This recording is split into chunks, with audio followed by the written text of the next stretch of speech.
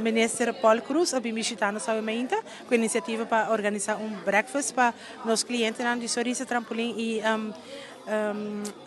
ambiente feliz e tem algum tipo de viva bogia.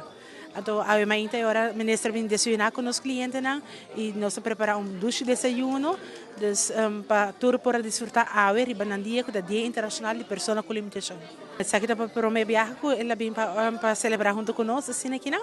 Se nós tem maneira nos mestre aí tá se maneira celebração extra especial para dia aí, maneira merdia, três merdia também tem echt lunch também. Assim nós tá assim toch para esse dia tique mais especial. Nós decorar, preparar tudo coisa e servir mais extra especial aí.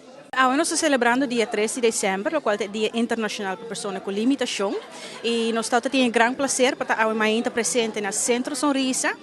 Danke ao ministro Paul Cruz, que invita nós, a Stichting Ambiente Feliz, para também a Fundação Biba Guia, para vir join together para nós desfrutar de douche breakfast, preparado especialmente por os clientes do Centro Sonrisa. Normalmente, nós sempre fazemos algo para os clientes no dia aqui. Ainda, nós estamos tendo o prazer de ser invitados pelo ministro, então nós aproveitamos de viajar.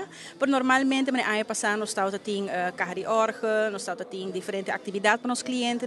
E a intenção é também para a tarde nós seguir eigenlijk a celebração de dia especial para dar a pessoa aqui também algo extra.